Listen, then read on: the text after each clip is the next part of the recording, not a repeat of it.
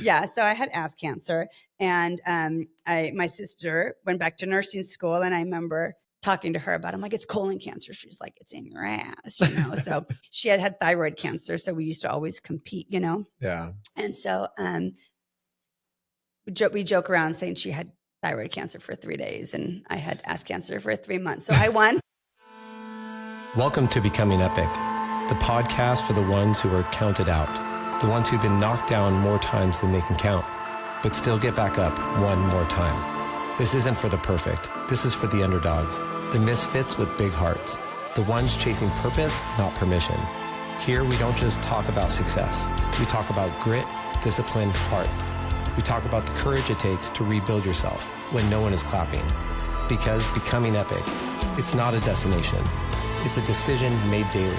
So if you're tired of the average, the excuses, the same old story, you're in the right place. I'm your host, Adam Berezowski, and this is Becoming Epic. Let's wake the warrior in you, and let's fucking go.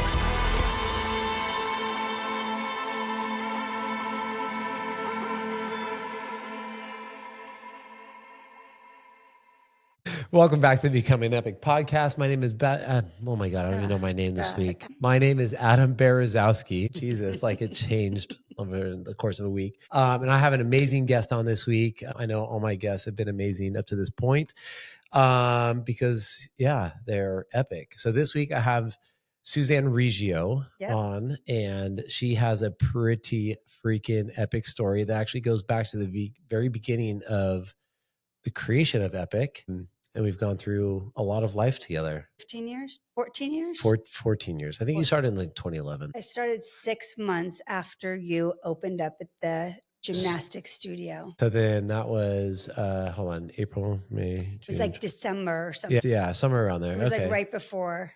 So 2010, we'll call Christmas, it 2010. yeah. So 15 years. Yeah, I started right before Christmas time. Like, let's exercise before we eat all the fat food. That's exactly right. You don't take your foot off the gas. You put your foot on the gas. I still ate the food. Yeah.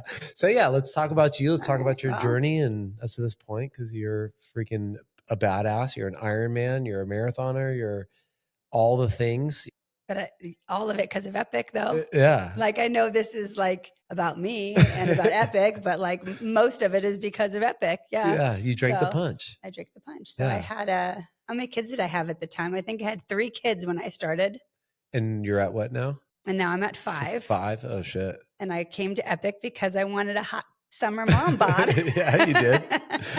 Yeah, you did. That was what I say, that every year I'm getting my hot summer mom bod. Yeah. And I remember like you were like one of my first big transformation photos. Yes. Because you had this trip to Hawaii. And it took me, I think I gave myself like 3 or 4 months. Yeah, something like that. And I worked out at Epic 5 days a week. Yeah. And then I did a spin class at the gym another day. Yeah. And then, and I was on a strict eating plan for like 3 months. I think I lost 14 pounds. Yeah. I was looking fierce. Yeah, you were. It was good. I was in Hawaii and I took that side picture in the bikini. Girl was looking good. Hell yeah. All right. So that's the beginning. So let's talk about your whole journey. Okay. So what? Epic then I had 2 more kids. Yeah. Well, no, I didn't birth 2 more. I adopted 2 more because my body was done. Yeah. Because now it was fit and fierce. Like I didn't want to ruin it. But God, what are Epic. So my sister joined Epic. Yeah. And I'll never forget, Julie used to have us run around the building. So Julie started running around the building. She can make it around the whole building. Well, I had asthma. Yeah. So I'm like, I can't run around the building, but God damn it, Julie made it around the building. So if Julie's running around the building, then I'm running around the building. Yeah. So it was like this competition. If Julie can do it, then I could do it. Hell so yeah. I think that kind of started my running journey. Yeah. Right. And then I think we did that every morning for like the longest for a long time. It's like go run. It was like 1 lap or 2 laps. And I think eventually it came like 2 laps, 3 laps, 4 laps. Yeah. And then you started the running club. Yeah. And we would, do that. And I just thought I can't run. I remember running with Cindy. Yeah. We were running up Wood Ranch and I would, say, I'm not a runner because I walk. She's like, runners walk too. I was like, okay, cool. I'm a runner. Like, I'll never forget running up Wood Ranch. Oh, if I could walk and run, I could be a runner and walk at the same time. Right. So I did that. And then we did a mud run. Oh, our first at the Hollywood. That was our Was it the first Hollywood race. Bowl? No, it was the Rose Bowl. Rose Bowl. Yeah, it was the Gladiator Rock and Run. Yes, which was our very first one, which felt like the worst thing in the world. Oh my but like God. it was so much fun. Waiting in line to go over the obstacles because of how unorganized it was. Yeah. So then we did that, and then I started doing a half marathon. Oh, before I turned 40. So I think I started with you when I was like 37. Wow. So before I turned 40, I was like, I'm going to do a half marathon. Yeah. So I did my half marathon, and then I told my sister to do a half marathon with me. Yeah. So she did. And I said, let's do a half marathon for a whole year, like one a month for a whole entire year. Yeah. And so Jamie's like, I'll sponsor you guys.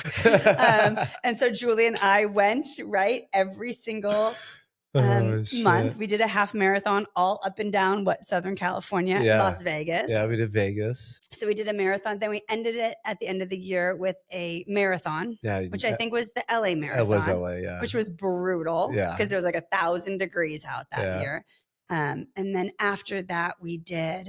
Where did we go from there? So like, I'm not good enough.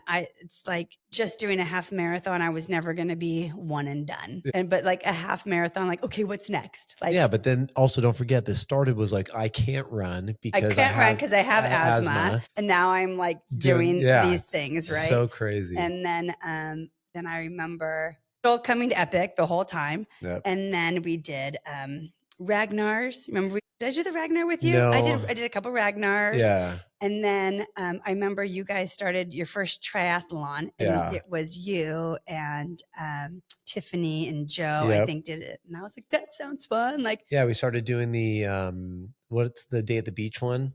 Yeah, I think it was the Day at the Beach try in Hermosa Beach. Oh, the death one. The death one. The beginner one. Where all of us got pulled out of the water besides you. I did not. I think you're the only one that didn't get pulled. Yeah. Which is wild. Yeah. And so I remember you guys doing that. So I remember Jamie and I we're gonna jump on that bandwagon because we've already done the half marathons and the 5Ks and the 10Ks and the marathon. So we're doing that. And from there it went from the sprint to the Olympic distance to the half Ironman distance to the Ironman distance, which was the best day ever. So then I kind of didn't come to Epic because I was like deep into triathlons, and you can't do an Ironman and do boot camp and a million things all at one time, and 5 kids and work and all that stuff. So I did all the things, and then I think I did the Ironmans for like 6 or 7, 8 years, maybe the something triathlons, all of it. So I think I started running when I was 37, 38. And then my last... Because we did our first Ironman 2017. 2017, I did my last Ironman 22. Okay. So I want to say like it was a good 10-year span of like racing. Yeah. And then my back started hurting. Yeah. Then I got older. Yeah. Well, right? Okay, hold on. Back up. Okay. Training. You fell on your bike, broke your collarbone. Oh, I did. I forgot about that. Yeah. She broke her collarbone and had surgery. During our first full Ironman. Was that the first? So it wasn't our first half Ironman. It was our first full Ironman we were going to do. I got a new triathlon bike. Yeah. I was stoked. Yeah. I always felt like I was a badass. The second time on the bike, we weren't even going fast, and I bailed and I broke the collarbone. Yep. But 4 places, butterflied in the muscle, had to have surgery. And I remember the doctor saying to me, you can get back on your bike 2 weeks later. Like, he did not say that to me at all. That's just what you remember. I was on a lot of pain meds. And so that's what I remember. And it was 6 weeks after I broke my collarbone. We were supposed to do a century bike ride, my first 100-miler. Oh, shit. And I had a triathlon coach at the time. I didn't tell her because I knew if I told her, she'd be like, no, you can't do it. Yeah. And I know if I told the doctor, he'd be like, no, you can't do it. But I'm like, I'm doing it. I'm doing it. So I did do it. It was miserable. After 40 miles, I was dying, but I finished it.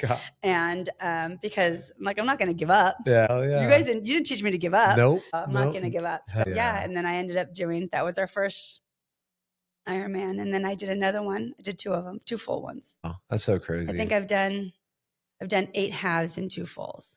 Yeah, I don't remember how many halves I've done. I'm a one and doneer at this point. And I think I DNF'd on, I think, 1 of them or something, or 2 of them, because life happens. Yeah, I feel that. Life happens.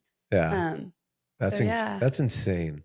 It's wild when you like talk about it and Yeah. like go back. I know. It's crazy. It is crazy, but it's like the amount of time that has gone by and what you've been able to accomplish in that. Because like 10 years is a big span for some athletes, right?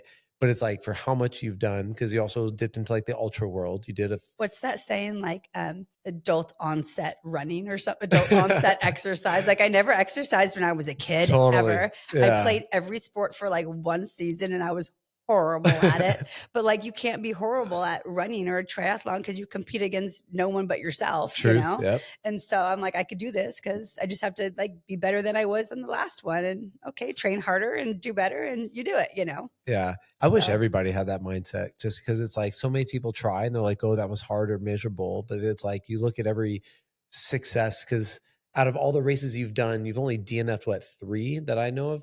Maybe 1 or 2 Ironmans? I think of like two. One was a half Ironman and one was the ultra, the 50 mile. Oh, 3 total. Yeah. The 50 mile, I didn't make it 50 miles. Yeah. I think I went in like 37 and a half. Yeah. But still, I mean, in it's Zion or wherever. Bryce Canyon. Oh, but it's in sand. But showing up at the starting line is like, that's the race. Yeah. Yeah. You know, to most, and you've done it so many times. Yeah. But it's funny because if you ask me how many marathons I've done 2. Okay. I've done the LA Marathon and the Boston Marathon. I'm not counting the marathons that go with the Ironmans or all the ultra runs. Like I've only done like 2 registered marathons, but like I've done like a million marathons. Yeah. Oh, I definitely don't count. I don't count my Ironman marathons as part of my marathons. But I think of my ultra training, my ultra run training, like we did marathons all the time in training. But you know, if I didn't get a medal for it, then I didn't do it. Yeah. See, I have 10 official, and I've run 26 miles probably 1,000 times. Yeah. But I only have 10 actual marathon event medals. Right. I have like 2. I'm like, and I say 10. Yeah. That's I say 2. That's so it's crazy. Yeah. I love it. Yeah. But like, I mean, between all this, okay, you've had a ton of life challenges. Okay. Not only do you adopt 2 children. Yep. One is special needs, which is crazier. Yep. And now, how old is she? 18 now. Which is nuts. And she was a baby. Yeah. She was like, a baby. So now you have 5 kids, 1 with special needs. And then this is all throughout this time as well. Yeah. You and your ex-husband. Yeah. We got divorced. You got divorced. He would come home from work, you know, and he'd come in the door. I'm like, I got to run right now. You know, like, the kid's driving me crazy. Like I got to go run. You know? But ultimately we got divorced. Yeah. But it also helped during that time and during your marriage. You guys were both on that bandwagon because he did all the races. He did them with me. Yeah. Yeah. We did Ironman together. Half Ironman. What was the one in the Santa river? Rosa. No, the half that we did. Yeah, we had to Vineman. We walked the through swim. The water. The water was so low. Yeah. So you went through a divorce. You did all that. So you've had to make it through that. I had to go back to school. I went back to school after the divorce and got 2 master's degrees, got a teaching credential, all still while training and coming to Epic and doing it all. Yeah. That's insane. Yeah. Like, how do you manage all that? No, because I'm ADHD. I'm ADD. I'm like, yeah. I mean, because if I sit too long, then like my brain starts going. So like, don't sit. Keep moving. That is very true. You know. Very much so. It's so funny. My algorithm right now has all these like ADD videos. Like, why is it great having ADHD? Yeah. It's like spot on every single one of them. But yes, I absolutely agree. I go to work in the morning. All my students and the aides are like, "How do you have so much energy?" And like, "How are you always like this?" I'm like, "I'm ADHD. No coffee." No, this is unmedicated. It's so wild. So you've had to overcome all that, which is crazy. Went back to school, 2 degrees, teaching, 2 master's degrees on top of it, which is insane. Like, how do you... Now, mind you, like when I was, 18, I was never getting married. I was never having kids and I hated school. Interesting. So 5 kids later, 20 years married, school teacher. Oh my God. It's like you wrote out your future for you with saying, this is what I hate. The universe is like, this is what you're doing. I'm like, no, I'm not doing any of that. Yes, you are. Oh my God. That is so wild. Yeah. And then this last, and then what else you've recently gone through? It's interesting because someone said to me, like, I was really stressed out at work yesterday, last week. And someone's like, what do you need to do to like lessen the stress? I'm like, I need to go to Epic. I need to go to the gym. I need to go to the gym. Yeah. Because it always made me feel better. Yeah. I knew that through everything, as long as I went to the gym, as long as I exercised or went for a run or went for a bike ride, like I would feel better. Yeah. And without a doubt. And I'm going to say this, it's because you can. Because I can. Yeah. Right. And a lot It's of, because I can. yeah, because a lot of people think that they can't, or they don't have the time, or they don't Yeah. have X, Y, and Z. But in reality, it's because you have the ability, right? You didn't let asthma stop you from running. Yeah. You didn't let a divorce stop you from Yeah. anything else. You didn't let going to school full time stop you from that. I mean, you have maintained this lifestyle for now a long time. 15 years, which is crazy. Yeah, it's wild. Yeah. So then I turned 50. Yeah. And I decided that I'm going to live till I'm 106. So in order to live till I'm 106, I've been saying this for a long time. So like, totally. you know, you're going to laugh what I do, but yeah. I decided when I turned 50, like I'm going to go to all my doctor's appointments and get everything checked out because I want to be as healthy as I possibly can going into this next, you know, half of my life. So I go to the pulmonologist for my asthma and just the general doctor. I even went to the cardiologist to check my heart, and I have to go in for my colonoscopy because you're supposed to do that when you're 50. I think now it's 45, 45, everyone. Went in for my colonoscopy, very last doctor's appointment I had. And the doctor came out and said, we found a mass. And I was like, what? I was like, is it cancer? He's like, it's very concerning. And I was like, it's cancer. And he's like, well, you're going to go tomorrow and have the CT scan and all that stuff done. And so that was a year ago, June. So we're a year and a half since I had that colonoscopy. No shit. And it feels like it was a couple of years ago at this point. No, it's only been a little over a year and a half. Wow. What a trip. So, yeah. So I did have cancer. I ended up having rectal cancer. Out of all the places you're going to get cancer, it's going to be in your ass. Am I allowed to cuss? Because I mean, like, yeah. So I had ass cancer, and my sister went back to nursing school, and I remember talking to her about it. I'm like, it's colon cancer. She's like, it's in your ass, you know? So she had thyroid cancer. So we used to always compete, you know? Yeah. And so we joke around saying she had thyroid cancer for 3 days and I had ass cancer for 3 months. So I won. It was a race and I won. Yeah. And let's just preface it. They're twins. We're twins, identical twins. And they're Halloween babies on top of it. Yes. So it's like the competition's real. Yeah. So I ended up having to have, it was only stage 1, stage 2, which was good. But because it was low in the rectum, I ended up having, I had surgery to have everything removed, the ass removed, the colon removed, the rectum removed, everything. And now I have a colostomy bag, a colostomy bag. But it's a Birkin. Well, Stella, my stoma, has a Birkin bag. Sometimes it's a Louis, sometimes it's a Gucci, you know. And Henry the hernia that has appeared behind Stella. So, like, if you don't name it all, it's harder to get through it. So it's like, you know, for sure, it's like my sidekicks, you know.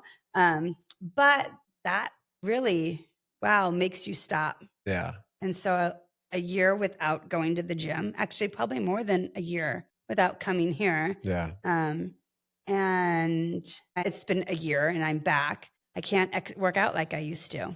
I can't do any core exercises at all. Everything has to be modified. Yeah. And I think at first I was a little discouraged by the thought of that. Yeah. Because like I'm a leg girl and like a core day girl. Like legs and core is all I wanted to do ever. I know. It was always, I want to firm and lift. Yeah. And you do the little punch out. Yeah. 2 inches higher today. You know, and my abs I always had great abs. They were flat, beautiful. And now it's like Stella's right there. And she's a reminder that like she's there. And it's a reminder every day that I had cancer and that I had to go through this. But I'm still determined to have hot summer mom bod. Totally. At 52. Yeah. So I have how many months till that? Like 6 months? We got 7 months? Plenty of time. So, but it makes working out harder. Like tonight's workout was challenging because there's a lot of ab stuff. And so I have to like modify it. Yeah. But I'm alive. I'm able to come here and still do it. So that's. Yeah. But I think it also like your persistence in just like the mindset, even if it's like the hot mom bod mindset, like has just kept it going even through this challenging time. Because like, people stop doing anything because they can't do one thing right. Right. You know, so it's like, you're not going to let that stop you for like, just because, and I understand, like, I mean, I've probably had 4 or 5 guests now that are cancer survivors. Right. Dolores, Sarah. You know, and it's like, And each one of them kind of have like a similar trait. It's Yep. the like, I'm not giving up. Like you could try, basically. Because there is a lot of people that do give up. Yeah. Oh, for sure. But my mind is like, anything that I've ever done in my life is such a good learning experience, whether for me or something I can share for someone else. So if it means like you go and get a colonoscopy at 45, then because I spoke to you about it, or because I spoke to you about it, then like good, because it could have saved your life. If I would not have done this, I remember saying to my oncologist, oh, like if I would have waited a few years, she's like, you wouldn't have been here in a few years. And I was like, oh damn, okay, like that's scary. Yeah. Because I have 5 kids, like they still need mama, you know, and part of that is being able to be physically fit enough to take care of Faye, will live with me forever. Yeah. Is super important. And it's not what you have one life. Yeah, for sure. Like you got to live it. I know. And I think that that's what's so inspiring about your story. It's like there's so many things that have shown up in your life that is like going to try to stop you. And you've just like broken through every barrier that like most people would crumble in. Yeah. And it's like, and you still have this attitude. You still have this like positive mindset of like, getting back to running. We talked about it the other day. I said, I'm going to run. And I ran the other day. And but it's like, but you also said that, 15 years ago before all this, like you were maybe 15 years younger, but like still it's just like creating the new normal and not letting it stop you. And, I think that that's what's so inspiring about your story. And like through all this is just like one thing after another. And it's like, you've just, the engine has always been on and full throttle. Yeah. And I think it's important for people to know that like, it's okay to start over. Yeah. Like to me feels like I'm starting over again. Like if it was 15 years ago for the first time ever, because everything is so much more challenging. Yeah.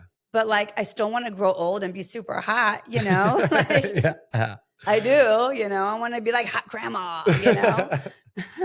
Someday if Paris would give me a kid, a granddaughter. Hot grandma summer. Hot grandma summer. Oh my God. If I'm always a silver lining kind of person. Totally. Yeah, your glass has never been half empty. No, ever. Never. Yeah. So yeah, it's been a journey. It's been a good journey though. Yeah, but it's like, I've seen it's so crazy, like even with all your kids, because I've known your kids for so long since most of them were in elementary school. Paris was 10. My oldest was 10. And now she's 25. 25. And then, she was, she's 25. Yeah. Is she 25? She's 25, yeah. Yeah. And then Rock is 23 now. And Rex is 19 and Faye is 18 and Nydia's 14, almost 15. Wait, she's only 14? I know. She looks like a she looks like a grown-ass woman. Yeah. It's wild. It's crazy. Yeah. And you flew to freaking wherever you got her from. Haiti. Yeah, freaking adopted a Haitian kid. Out of all the things. I want one of those. Yeah. I just wanted more kids. You know what I mean? Sure. I couldn't have him with Jamie anymore because he, we fixed that. Yeah. So I was like, well, we'll get some more kids. I like an abundance of things, like everything in my life, I feel like has been so extreme. So like, I can't have one kid. I have to have 5 kids. I can't have 1 master's degree. I have to have 2 master's degree. I can't do 1 marathon. I've got to do like 10 of them. You can't just have like basic cancer. You have to have anal cancer. You have to have like asthma. Yeah. And then have everything ripped out of you. And And I'll talk openly about it to anyone because if it, helps. But I think like, even though you might feel like you're starting over, I think the mindset shift, and maybe correct me if I'm wrong, but it's more of like, you're just starting a different normal, right? It is a different normal. Because most people will go on vacation for a week and say, hey, I'm starting over from scratch, right? Like you've gone through it, right? Because like, it's just different, right? It's a new challenge. Yeah. It's a new way of looking at it, right? But it's like, you can again say, I can't do legs, or you could do legs, but I can't do core. I can't do a lot of things I used to be able to do, and then be like, fuck it. Like, I also think like, it's funny because sometimes I think, oh, it's because of the cancer and the surgery and all this stuff. Like I can't do it. Yeah. But like, I'm also 15 years older and like my back hurts. You know what I mean? Like I did all this extreme sports. Yeah. And so like stuff hurts, as you get older. And like, I wasn't bendable. I wasn't bendy before. Everyone's like stretch. I'm like, I hate stretching because like it hurts more than the workout to me. So I never stretched then. I know. So, which means I don't stretch now, which means like I'm older. So like it hurts more. So like stretch, people. Yeah. Like stretch. And the thing with the cancer is it's interesting because like the cancer is gone, you know, but people don't realize that when you have cancer, even when it's gone, you still live with the side effects of it, you know? Totally. In this case, it's stellostoma, you know, there's no more flat stomach. They're like, that's gone. So seeing my body shift is a shift in mindset. There's so many shifts going on right now between like feeling like I have this new person and starting over, but I know I'm not starting over. Totally. It's just starting in a different spot. Yeah. That I'm not used to. But like with your positive mindset, you're like, oh, it's just like the fourth and fifth ab, you know, like, you know, where it's, yes, it might be a bag. I feel like it's like one of those like little aliens that it's about to pop out, you know, maybe that alien has an ab.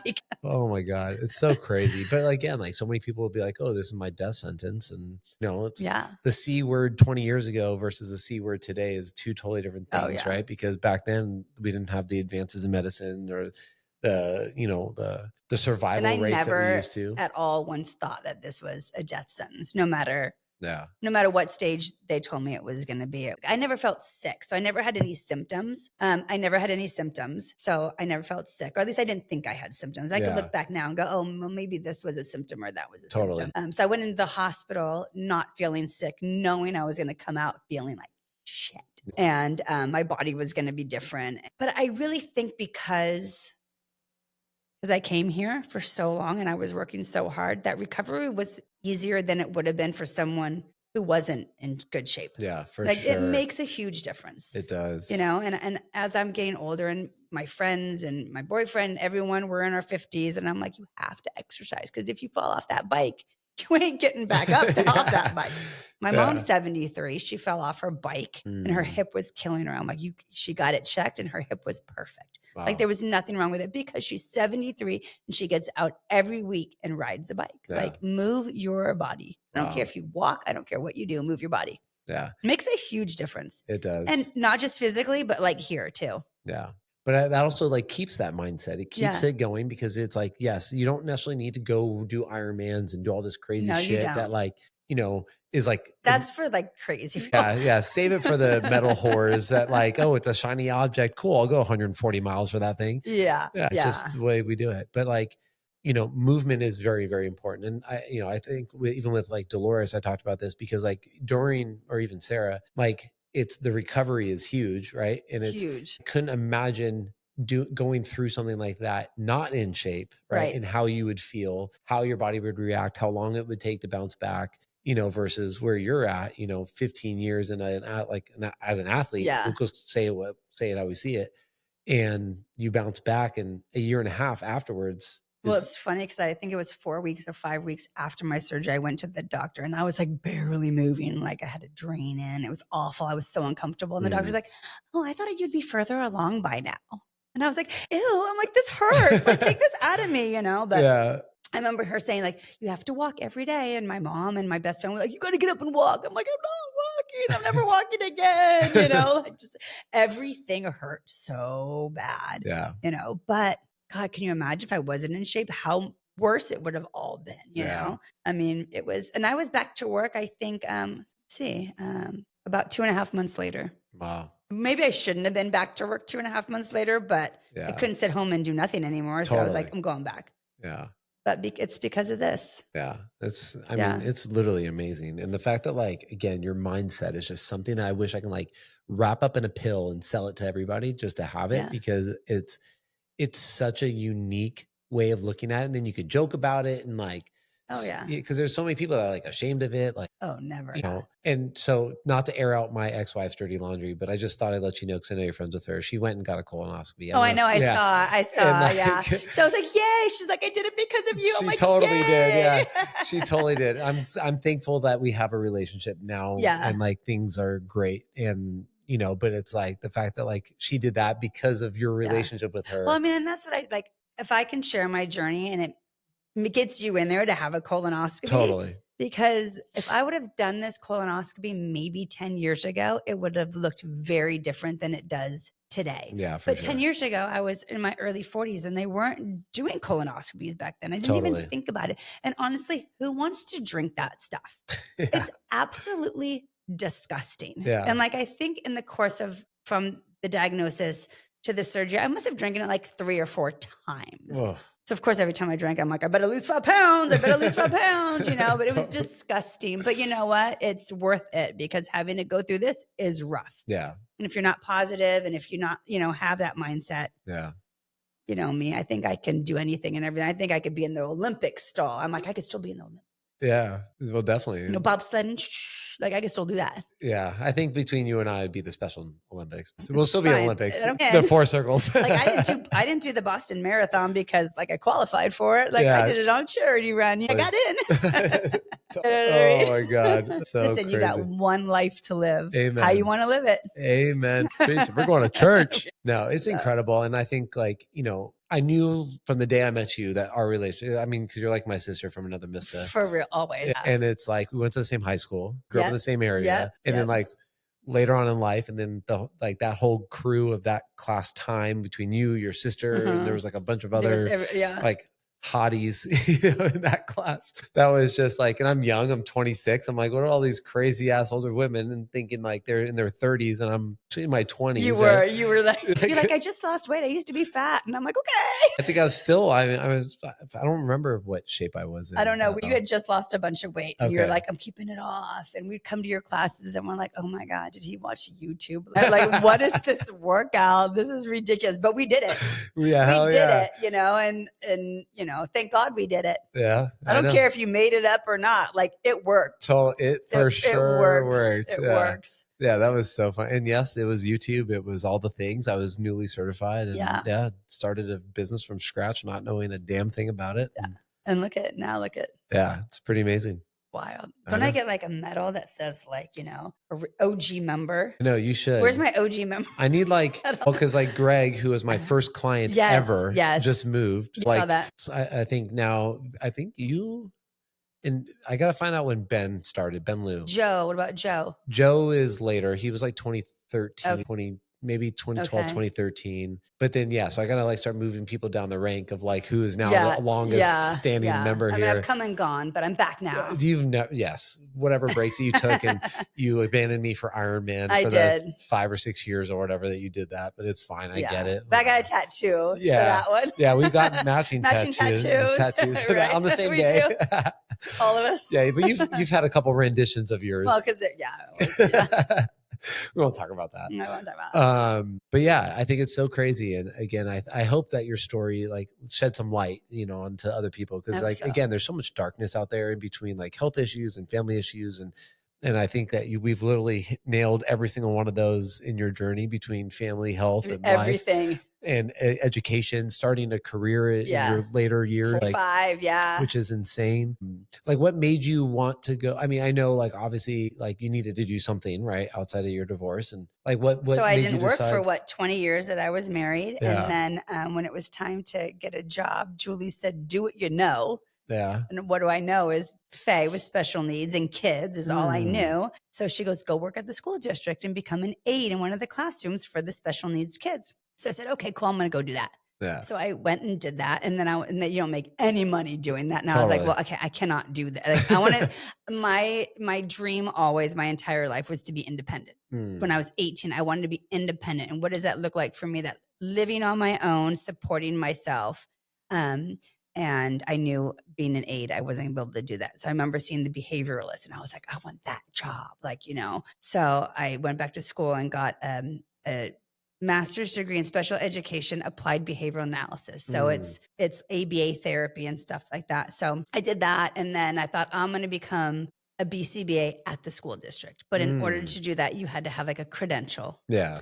No problem. Like, why I'm getting my hours, I'll just go back to school again and get another master's degree in special education, mod severe. So I did that. And then I started teaching. And now I'm like, now I don't want to become I don't want the behavior job because you get your butt beat every day. And I don't have one anymore. So like, I don't want that to get beat. So I decided that I'll just stay a teacher. I love teaching. Yeah. It's exhausting, but like after work, I'm like, I'm going to the gym now. Yeah.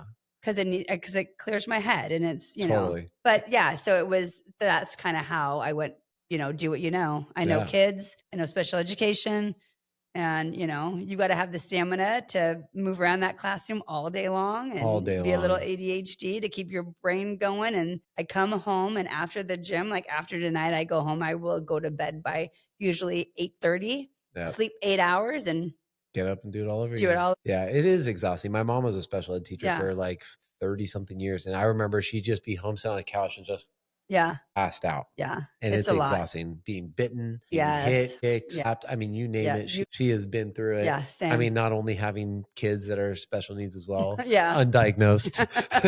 You know, but like whatever. Bring the short bus around. Yeah, exactly. We figured out our own life. Yeah. Unmedicated. And, right. Well, I guess medicated in my own way, but you know, not through doctors. Yeah. But yeah, I mean, it's so crazy. I mean, through the 15 years that I've known you, like but I think about it, like I think of like this whole ADHD thing, you know, like if we weren't like that, we wouldn't be doing what we're doing now. For sure. You know what I mean? Like because you're the way you are is like you created this whole community, you know, but you have to have that energy and that go, you know, and it's like, I'm the same way. Like I have to have this to keep moving forward, because I can't imagine falling into a place of despair, especially after the cancer. Like I would never have gotten out of it. So, you know, it being like the way helps. I'd say like in all like darkness, right? Because I think some of the things you've gone through, like people can end up in some super dark areas. But it's like, I think with the mindset that you've kept, it's like there's always that beam of light that you can see somewhere out there through turmoil, through divorce, through cancer, through all that stuff. Like just knowing that like you're capable of like just overcoming all that shit. I mean, I think the only thing I ever said was, if this was to be like stage 4 cancer and this was like the end all, I could look back on my life and say, I've done it all. Like anything from this point forward is bonus. Yeah. You know, I've been married, I've had kids, I've had jobs, I've done races, like I've traveled the world, like I've done all the things, you know, that like I need to do. Yeah. And I'm cool with that. Yeah.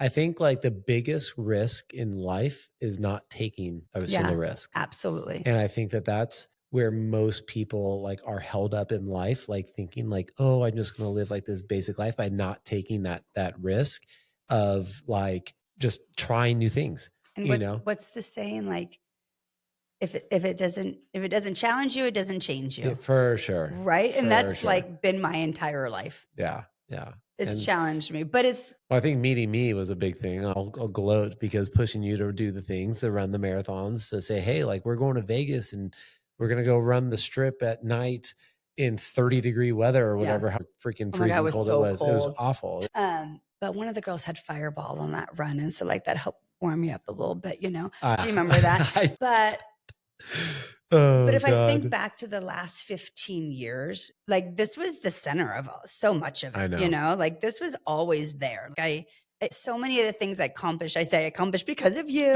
Like I used to joke around. You remember I was like, get a tattoo that said "Body by Adam." Oh yeah, I remember I wrote it on your arm that one time. Body by Adam, you know. But everything was around this, you know. Like I always came back to this because it's always made me feel so much better. Even if I didn't look good or I didn't feel good, like I still came. This was the center of so much of it. Yeah. I think like, cause like, I always think about like, what's the next phase, right? Like, cause I feel like we both have accomplished so much in just like our athletic journey. Right. And like, we both have overcome divorces and traumas and all this other bullshit. Like, you know, cause you're right. Your body aches, right? When you do these things often, like endurance events without, and I don't even say like somebody who even recovers perfectly, their body is, it's hard. It's hard. You know, it's like, what are they saying? Like an Ironman is like 20 years of muscle damage in one event. Oh yeah. You know? So I've got 40 years. So downhill. That's exactly without recovery, without proper tools or whatever, you know? So it was like, I was even thinking today in my office, I was like, man, mobility is like the biggest thing that like, mobility keeps you out of pain, keeps your muscles right on top of strength training. Cause I'm the go person. I want to exercise. I want to work out. I want to run. I want to go far. I want to build that accomplishment. But then it's like the slowing down, the stretching, the mindfulness, the recovery. Yeah. And like, so I've been really forcing myself to use our infrared sauna like every day, just to like sit there and like sit in my thoughts, because I'm the same way. I'm like keeping myself busy. Like, I mean, I'm in the mindset where like, even if I can't work out, go for a walk. For sure. Yeah. Go walk a mile, 2 miles, 3 miles. Because as long as you're moving your body one way or another, you know what I mean? On days that you need to rest, you need to rest. Yeah. You know what I mean? But on days you need to go in the sauna, you need to go in the sauna. Totally. What was the leg things we used to do? Oh, my gosh. The compression sleeves. Yes, like those were amazing. Yeah, I have those too. But just FYI. You do have. Yeah, well, we bought them all at the same time. Do you remember? Oh yeah, we did buy them at the same time. But I remember when I was 40, this is actually what got me started on the running is I went to the pulmonologist and I had gone to a new doctor and the doctor said, I've never seen lungs so bad from asthma in someone your age. He's like, you're going to be on an oxygen tank by the time you're 60. That's what it was. Oh, that's what started, I think, the running or the triathlons or something, because I had left that and I was like, hell no. I'm like, if I'm going to be on oxygen tank by the time I'm 60, I'm not going to just like sit around and wait for it to happen. I'm going to do everything I could possibly do now.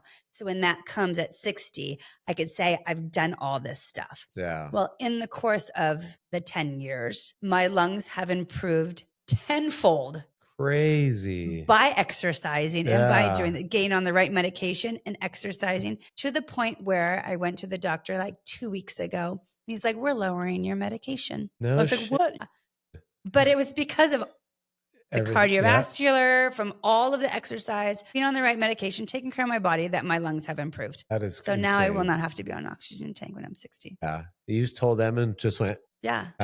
That's awesome. Like, I'm not going to grow old. And so my mom was like, you can't do that. You can't go to the gym. You're going to die. And I'm like, no, I'm going to die with a medal. Yeah. Or 50 medals. I'm like, bury me with my medals. You know what I mean? Yeah. Or the fact that you're probably going to live to 106 now. And well, I will. Somebody's got to buy you the 106-year medal of your life. No, I really just think if I go into like, the Guinness Book of World Records, that's like a win. Yeah. So how old do I have to be for that? Well, so I think somebody already has you beat. I think the oldest, I Googled it the other day. What is it? It was like 114. Okay. Well, then I feel like I could do 122. Oh, shit. You get what I mean? Yeah. Well, I read this article. If I walk every day. Yeah. For the next 70 years, then I could probably do it. I want to be able to qualify for Boston. So if I can stay the same pace now, by the time I'm 70, I'm in. Yeah. And I'm so down to go to Boston with you. Yeah. But no, you'll fucking run it with me. No. I hated running. I've always hated running. I never liked it. Mm-hmm. I only did it because the doctor told me I couldn't do it. Yeah. So if you tell me I can't do something, not only am I going to do it, but like I'm going to do it really good. Okay. Or as good as I can do it. Okay. So now on record, you're not going to go to Boston with me because you can't do it. I'm going to go to Boston with you because I can go to Boston with you and cheer you on. Damn it. I ain't going to run it. Been there, done that. Yeah. I thought that would work. No, it doesn't. No, you know what? I'm finally in a comfortable place to say I don't need to do extreme sports. I don't need to run. I love cycling. So I still like to cycle. I have my trainer set up in the house. I don't need to do extreme things because it does hurt a little bit and it is harder to bounce back. Yeah. But as long as I get up and walk, as long as I move, as long as I stretch. Yeah. That's going to be our thing. I think because I need to stretch mobility. One of our clients, literally, she's a massage therapist, comes here once a week to stretch me out because she's like, you are so tight and everything. So I have a 30-minute stretch session every week that she comes here and stretches me out because she's just tired of looking at me like trying to tie my shoes while standing up, which is nearly impossible. And so my goal is to be able to touch my toes. Yeah. And it's I think back to, now, they always say older, you have to respect older people because they're wise, because they've lived through it. I get that, because I'm thinking what would I tell my younger self? Stretch. Yeah, for sure. Stretch, yeah. 100%. Because if you don't, it hurts now. Yeah. So just stretch, or I tell my daughter, you need to put money in your Roth IRA because when you're 50 or 60 and you retire, you'll have millions. I wish I would have done it when I was 20. So two things of advice: stretch, money in your Roth IRA. Because when you're 50, you're gonna be like, damn, if I would have done that when I was 20, I'd be a millionaire. I'd be out right now, But I know. So stretch. Yeah, I got the I told you so from my mother when I was 18. She's like, open up a Roth IRA, do X, Y, and Z. Nope. I waited till I was 38, 39. Or I would say to the younger people say, what advice do you have? I was like, go to school now. Go to school when you're younger, figure out your career, like I know it's hard, but like figure it out. Because when you have to figure out a new career at 45, it's daunting. Yeah. But so the perfect point. So let me ask you a question. If you were 25 or 20 or whatever, because you're out of high school at 18, so 19, 20, would you have picked this career because your life experience? Oh no, I hated kids. But that's what I'm saying. I wouldn't have. Yeah. So that wasn't in the plans. So this is your plan. The universe had a different plan. And that started when I got married, and that started when I had kids and I adopted Faye. And like, that's how this all steamrolled. I could look back now and go, oh, like I see when it began, like I never wanted to get married. I was going to be a socialite and travel the world and go to all the parties, but here I met Jamie and we fell in love, and I was like, okay, I'll have one kid. And then she came out. I was like, I want 5. And he's like, whoa, no, I was like, yes. Like, who did I marry? Every time I had a kid, he'd be like, no. And I would say yes. And he'd say no. And then I'd cry. And he's like, okay, fine. It worked. Okay. It works. But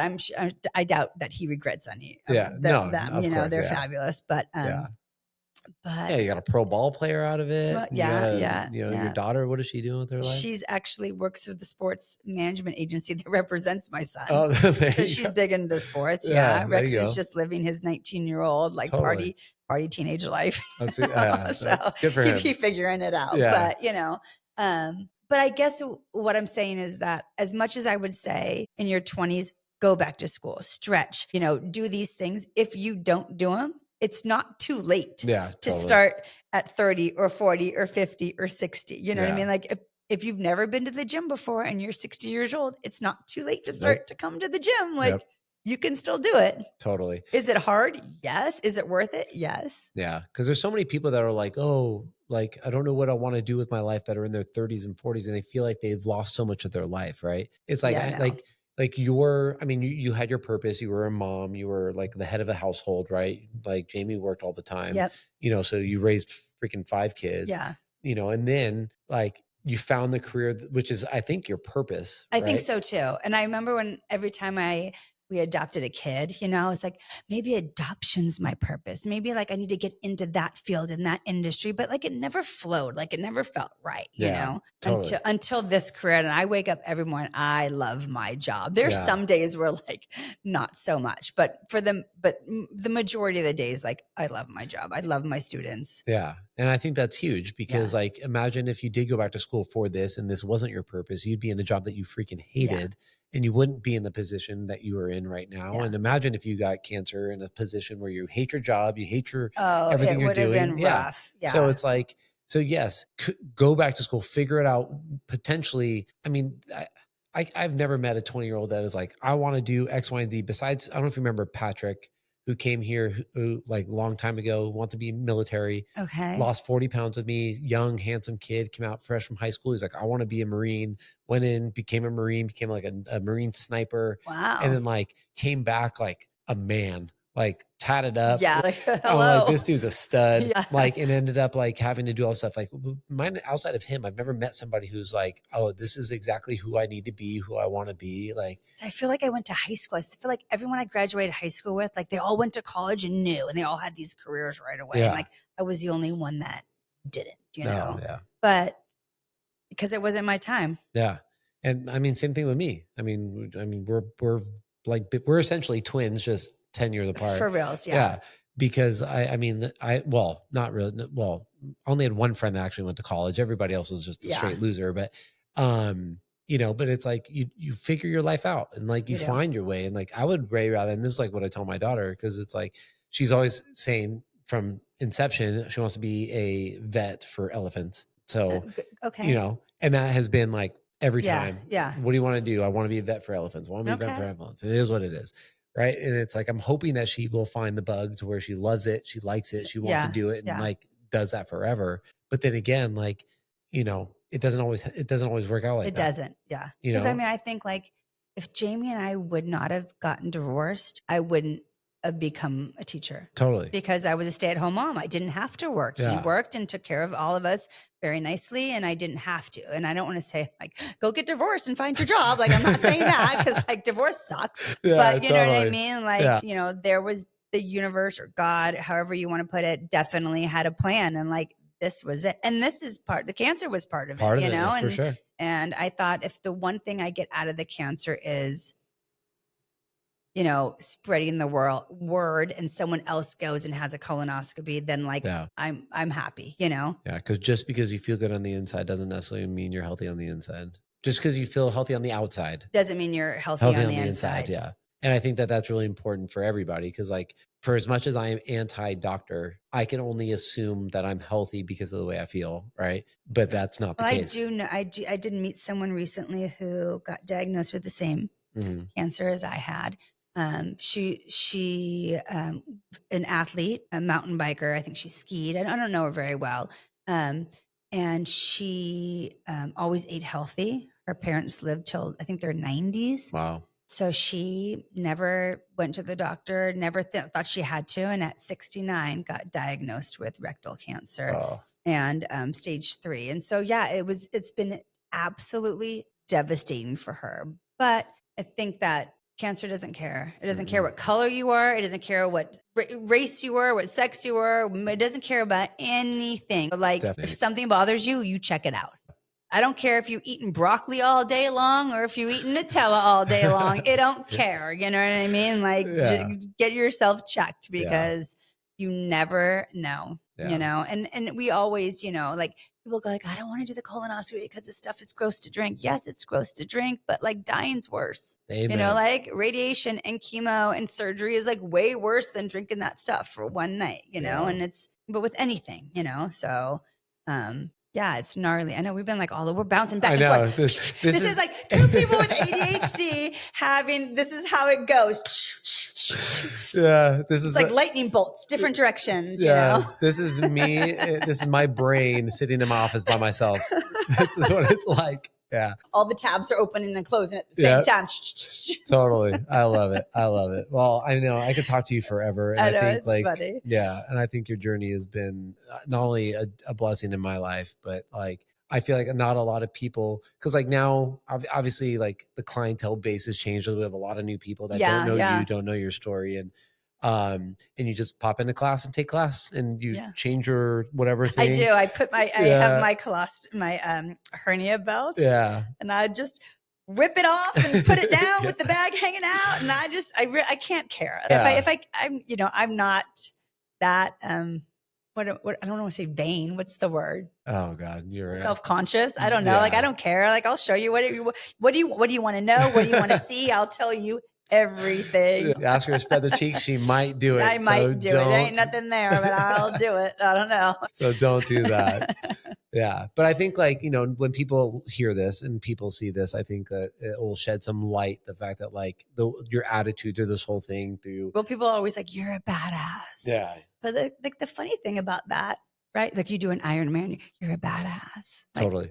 I'm not a badass. Like, I don't feel like a badass. I just feel like this is just who I am. For sure. And my mind says, well, you could do it too. Like, no, I could never do it. I couldn't go through that cancer. I couldn't do the Ironman.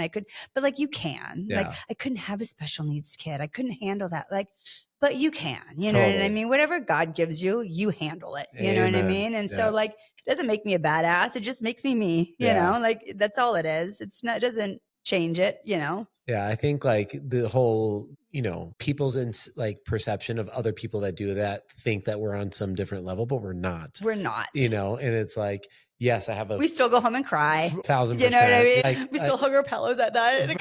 For sure. You know, but the biggest reason why I did the Ironman, because I wanted the tattoo, you know, and it's like, it is a level of pride knowing that you can do something that to other people is just batshit crazy. Well, I think of another reason why I think it didn't, because when you started dating Caitlin, I remember Caitlin did it and I was like, oh my God, she's so cool. I know. Like, I think she's the coolest person ever. If Caitlin can do it, then I can do it. I know I can. Like, I just thought she was so rad. And then you were, you know, so I'm well, you know, her whole story, the reason why she did it, she got her boobs done and was all hopped up on dope and like ended up like signing up for the lottery and ended up getting in. Thank God she did. Totally. Yeah. And then went and did it the year we met. And she is. But seeing her doing it, I'm like, oh, wow, it's not just for, you know, middle-aged, you know, men that are like athletic. Like we can do it too, you know? Yeah, she was 25, 26, something like that. And I was 40 at the time, but I still thought, you know, like if she can do it, I can do Hell yeah. You can do anything better. Not her song, like you could do anything. But technically you did. You were a two-timer. She's still only a one-timer. You know, it doesn't matter how many times you do it. You do it once, you're good enough. Amen. I agree. No, you even try to do it, you're good enough. That's deserving of the tattoo. Yeah. It's the people that do the half Ironman. They get the Ironman tattoo and fill it halfway with the color. Yeah. And it's like, or the people that could do the half and they're like, I'm an Ironman. I was like, no, nope. You're not. Yeah. Well, I've done like 5 of them. So I'm like an Ironman 2.5 times. I'm like, you're not. Yeah, no, doesn't count. Work full time and train for an Ironman, right? Because we used to like wake up in the morning and we'd train. Yeah. We'd go to work and then we'd come home in the afternoon and we'd train. And then I would eat and sleep and train. Yeah, that's it. That's the life. God, I miss it. It was awesome. Yeah, I miss. I do miss it. I miss the camaraderie. I miss like all that stuff. Yeah. But I do know that like I'm older. I'm just in a different place in life. And like, that's okay. Yeah. Like trying to deal with the fact that I'm not competing in races and I'm not doing that stuff. It's okay. Yeah. You don't have to. No. Like there's so many other amazing things you can do or not do. Yeah. But like your goals shifted to other things like, school and work and still working on the summer bod. Working. No, yes. You are still working on the summer bod. Always. Always. For life. Yeah. Life for summer bod. You're going to be 106 in your deathball. How many more? How's my summer bod? How many more months of summer? Is it firm and lifted? Right. Yeah. Bury me in a bikini. Yeah. Oh my God. At 122. Oh my God. All right. I guess we can call it. This is awesome. Well, I hope y'all enjoyed this because she is a fucking badass. I'll no matter how not badass she feels and how achy and when we get I'm a delicate flower. And when we get up from our chairs and our bones are going, that's how I roll. But yeah, just to think that like you can't do something, you absolutely can. And just put your freaking mind to it and just go for it and do it every day. Yep. And Amen. This is how we become epic. Yep. Well, I love you. I love you. This has been great. This has been the funnest one. Yeah. Share it, like it, love it, do whatever you got to do. See you on the next one. Dude, so good. Ow.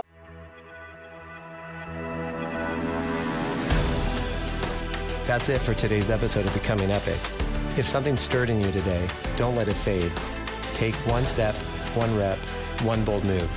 You're not here to play small. You're here to rise, rebuild, and become who you were born to be. Remember, average is easy, epic is earned, and the only way out is through. I believe in you, but it's time you believe in you.